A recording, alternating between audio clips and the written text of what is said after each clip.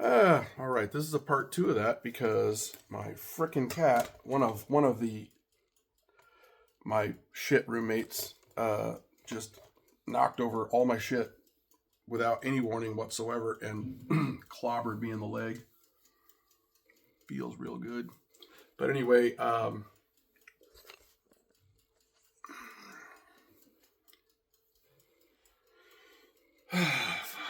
I'm getting paid back for something I did earlier in life, I'm sure. Possibly even an ancestor. I don't know. It depends on how much you believe that shit. But anyway, I was saying something about REM sleep that I don't get any. I I moved back to Iowa.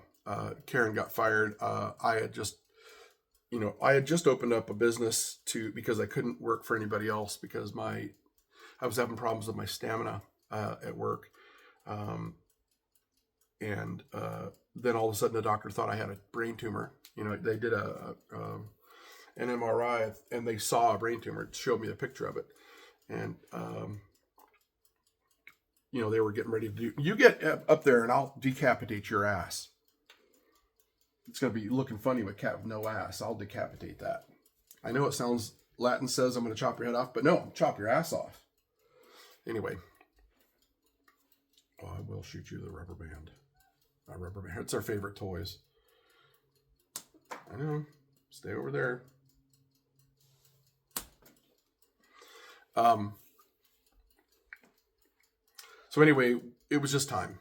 My mom was living in Eugene where we were, and she was very clearly starting the symptoms of dementia, even though we couldn't get a doctor to confirm that because we couldn't get mom into a doctor. Um, it was just one of those weird things. So mom wanted to come back to Iowa. She was married to a guy who was never the right guy. Mom's problems kind of talked her into doing that, and then he made it clear he didn't want her around anymore because he was tired of her weirdness because of the dementia. And we were all fine with that. Nobody in the family cared if she was married to that guy. Once we figured out that he was a POS. And sad to say that old people can be like that too. But they can. So anyway, she was literally going to drive back by herself, 2,000 miles. And, she wasn't qualified to be doing that kind of stuff anymore. So Karen and I decided to move. It was time.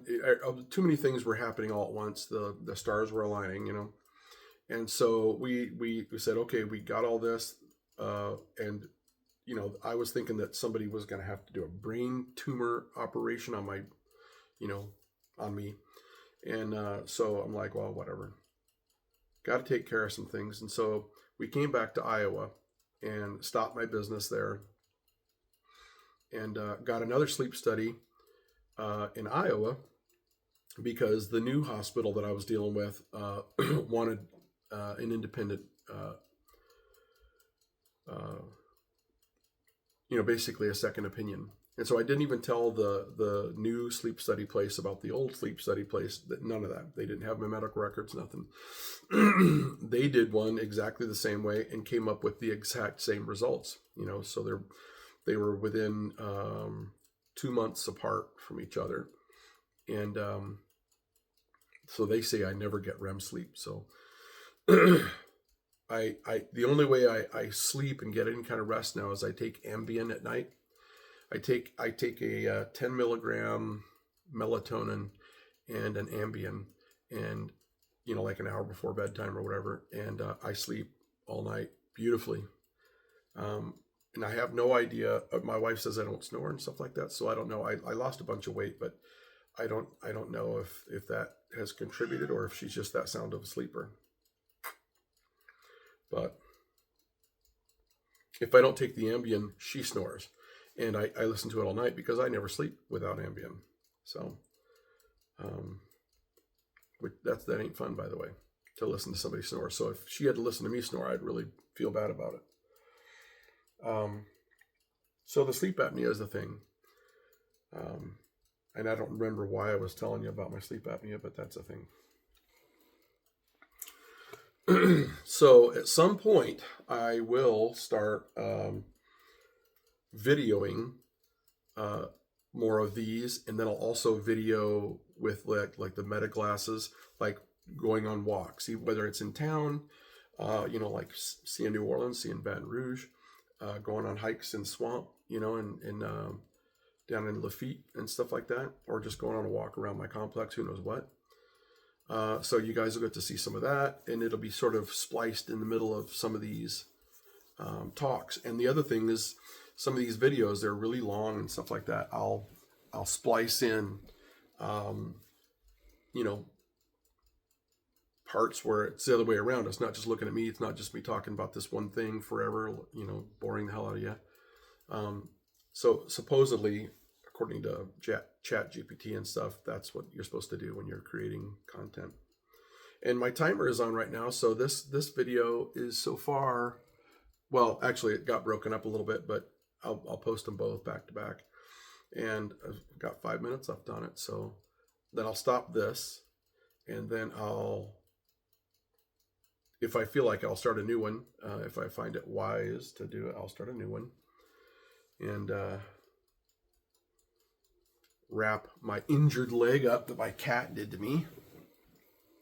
No, you ain't getting up there again, pal. No way. This is my computer table. She was so cute sitting on it right in front of me. And then all of a sudden she got a wild hair and jumped off of it like Greg Louganis is jumping off a diving board or whatever. And she knocked my computer table into my leg, right into my shin, which is awesome. And I guess I gotta wear soccer gear or maybe a catcher's uniform here or something.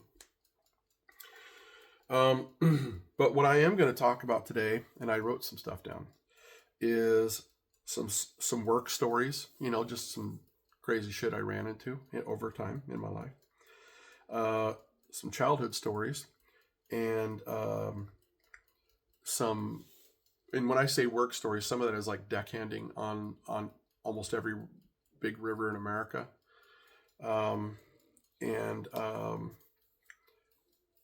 What we found out about my dad way after he died, which was pretty trippy, and a little bit about, how my dad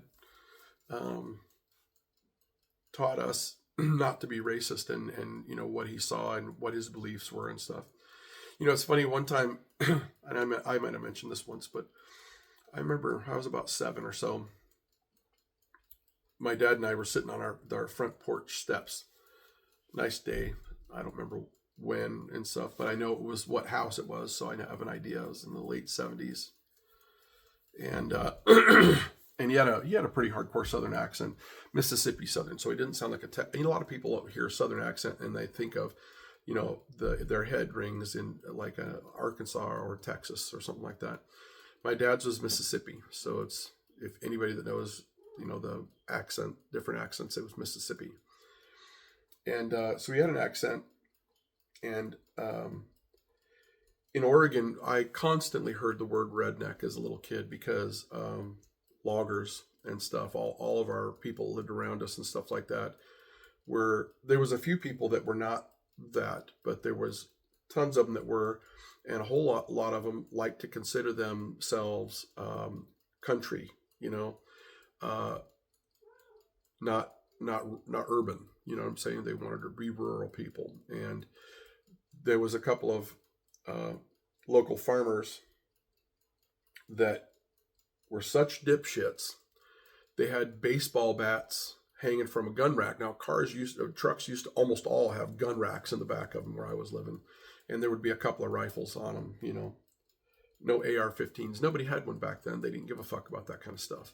But they had deer rifles, hunting rifles. Get out from there right now. And this one guy had a baseball bat on his gun rack, and he had, I don't know if you heard of the burning letters, where you burn like images in like with a looks like a soldering iron, but it's made for this, where you burn stuff into wood. and he had the letters redneck, spelled redneck, right on that baseball bat. And when I was a kid, one time me and a couple of other kids were by a store that was about a mile from my house, and somebody said, "Hey, Denny, there's some hippies up at the reservoir swimming naked in front of a bunch of kids." And I just remember Denny opened up and my brother worked for this farmer, and so that's one of the reasons I was standing there. He reached in the back of his truck, pulled that baseball bat out, and proud to display the redneck thing. He goes, "Well, let's get up there and kick their asses." And so, just went off. Okay, I'll continue this story another time. See you later.